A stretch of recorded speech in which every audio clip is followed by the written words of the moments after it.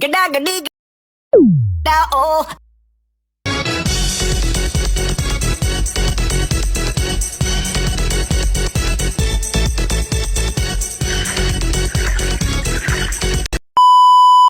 Anda ingin sukses? Anda ingin maju? Anda ingin berhasil? Ya, jangan menyerah. Tekun, giat, semangat. Seperti saya ini, nih hasilnya. Kelapa. Anda ingin berusaha? Ayo dong. Hey, I'm okay. I'm fine. Kincana. Kincana. Teng, neng, neng, neng, neng. Ku menahan rasa sakit. Rasa sakit. Few moments later. Oh my God. Tapi bohong. Aku hanya memikirkan satu peraturan penting. Kenapa kau lakukan hari ini kalau kau bisa melakukannya besok? Few moments later.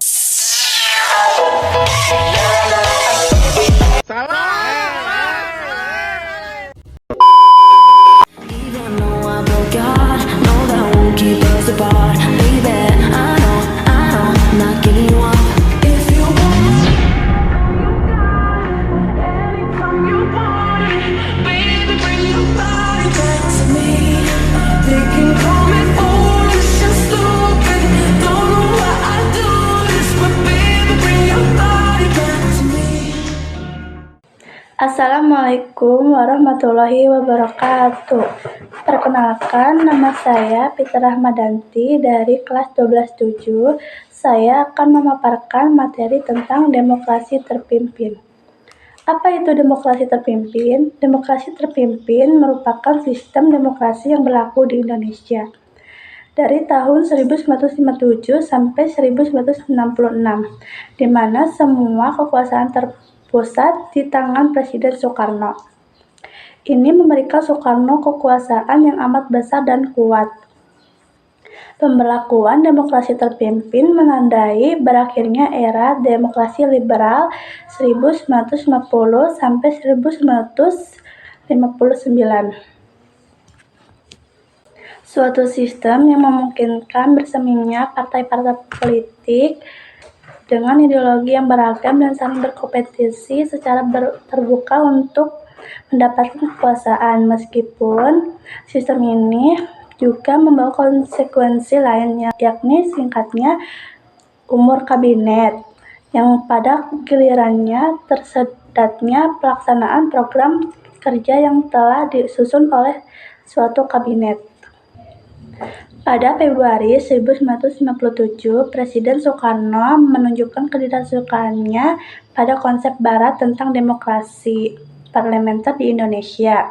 Menurutnya, sistem tersebut menyebabkan terjadinya berbagai krisis di Indonesia. Sistem itu baginya telah membuat kekuasaan pemerintah melemah dan posisi politik menguat. Ia menginginkan sistem yang lebih mirip dengan konsep keluarga dalam masyarakat Indonesia, dengan kepala keluarga sebagai pemimpinnya. Kroep 1957. Pada 5 Juli 1959, Presiden Soekarno mengeluarkan Dekret Presiden 5 Juli 1959 yang menetapkan pembubaran konstituante, pemberlakuan kembali UUD 1945, tidak berlakunya UUD 1950, dan pembentukan Majelis Permusyawaratan Rakyat sementara dan Dewan Pertimbangan Agung sementara. Bagi Soekarno, sistem demokrasi terpimpin merupakan suatu usaha untuk menata ulang politik dan pemerintahan di Indonesia berdasarkan UUD 1945. Sistem demokrasi terpimpin berlangsung antara 5 Juli 1959 ketika Dekret Presiden 5 Juli 1959 dikeluarkan dan 11 Maret 1966 ketika Presiden Soekarno mengeluarkan surat perintah 11 Maret Super Semar. Dalam praktiknya, demokrasi terpimpin memperkuat posisi dan pada akhirnya dominasi Soekarno di panggung politik nasional. Di sisi lain, suasana kehidupan kepartaian juga mengalami kemunduran, sebagaimana tampak dari usaha Presiden untuk menyingkirkan kalangan oposisi, salah satunya Dengan pembubaran Partai Politik Masyumi pada tahun 1960, kebebasan berpendapat juga dikekang di bawah demokrasi terpimpin, termasuk dengan pelanggaran terbit harian abadi milik Masyumi dan harian pedoman yang berafiliasi dengan Partai Sosialis Indonesia (PSI). Di era demokrasi terpimpin, kekuasaan politik berpusat pada 3 pihak, yakni Presiden Soekarno, tentara, dan PKI. Berbeda dengan sistem sebelumnya di mana kekuasaan terdistribusikan ke berbagai partai politik dan parlemen memiliki otoritas. Demokrasi terpimpin bercorak otoriter. Sebagai konsekuensinya, tentara memasuki panggung politik sementara Islam politik yang diwakili oleh Masyumi terpinggirkan. Beberapa kemunduran politik yang terjadi di masa demokrasi terpimpin antara lain mencakup melemahnya fungsi partai politik dan parlemen, tidak diadakannya pemilihan umum, pembagian kekuasaan kepada beberapa pihak saja.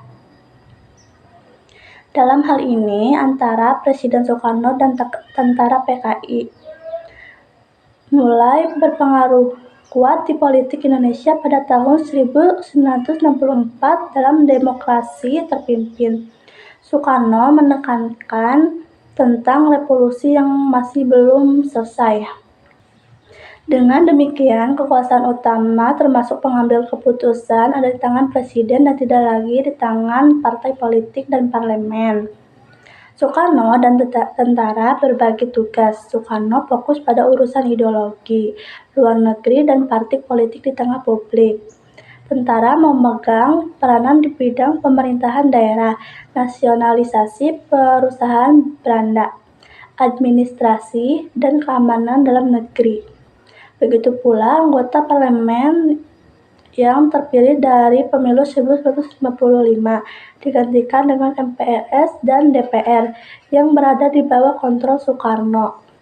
Beberapa kebijakan yang diambil Soekarno pada masa demokrasi terpimpin: 1. Membubarkan Partai Masyumi dan PSI pada tahun 1960 karena menilai sebagai tokoh partai tersebut terlibat dalam pemberontakan daerah tahun 1957 sampai 1998 dan juga karena mereka beroposisi dengan Soekarno.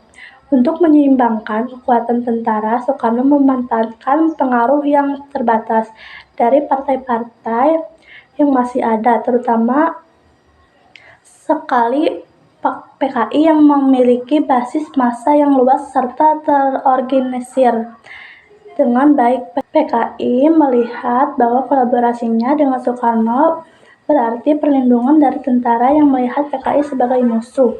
PKI juga berharap dapat berpartisipasi di dalam kabinet. Walaupun pada mulanya Soekarno menilai bahwa demokrasi terpimpin dapat menyelamatkan Indonesia dari perpecahan karena ideologi, pada akhirnya sistem ini mengalami kegagalan. Sejumlah pihak mendukung Soekarno, namun sebagian pengikutnya menggunakan pandangan dan prinsip Soekarno untuk menyerang pihak lainnya, yang sebenarnya juga merupakan pendukung Soekarno. Ini tampak dalam persaingan antara kalangan tentara dan PKI. Kompetisi yang kemudian berubah menjadi konflik di antara tentara dan PKI. Kompetisi yang kemudian berubah menjadi paruh pertama dekade 1960 di bawah demokrasi terpimpin. Ekonomi Indonesia memburuk sementara ketegangan politik meningkat. Demokrasi terpimpin berakhir segera sesudah terjadinya peristiwa gerakan 30 September tahun 1965. Terima kasih telah menonton. Mohon maaf ketika ada kesalahan kata. Assalamualaikum warahmatullahi wabarakatuh.